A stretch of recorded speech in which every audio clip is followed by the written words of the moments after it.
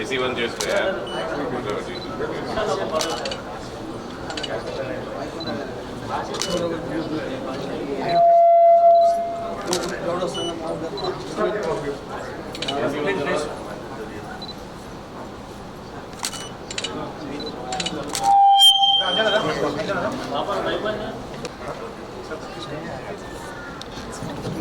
అత్యద్భుతమైనటువంటి బహుజన ఉద్యమాన్ని నడిపినటువంటి కూడా మా తెలంగాణ సాంస్కృతిక సారథి పక్షాన స్వాగతం సుస్వాగతం తెలియజేస్తూ ఉన్నాం.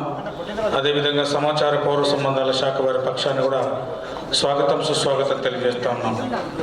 ఈ కార్యక్రమాన్ని పురస్కరించుకొని ఆధ్వర్యంలో చక్కటి కార్యక్రమంలో భాగంగా చేసినటువంటి కుల సంఘాల పెద్దలందరికీ కూడా మరి వివిధ మండలాల నుంచి చేసినటువంటి నాయకులందరికీ తెలంగాణ సాంస్కృతిక సారథి కళాభివందనాలతో ఈ చక్కటి గీతాన్ని అందిస్తున్నారు.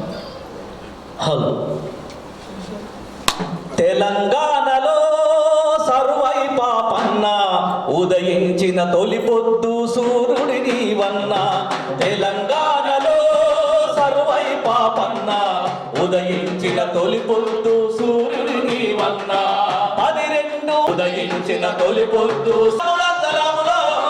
మా సర్వై పాపన్న వందనం వీరుడా లాసలం లాసలంలో యోధుడా.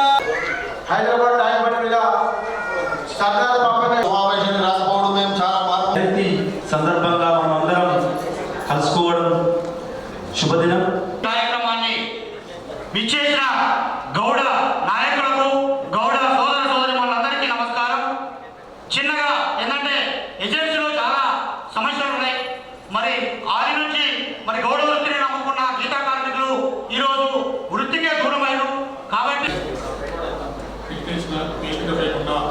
పెద్దలందరికీ మరి కార్యక్రమానికి విచ్చేసిన ప్రతి ఒక్కరికి పేరు పేరున నమస్కారం.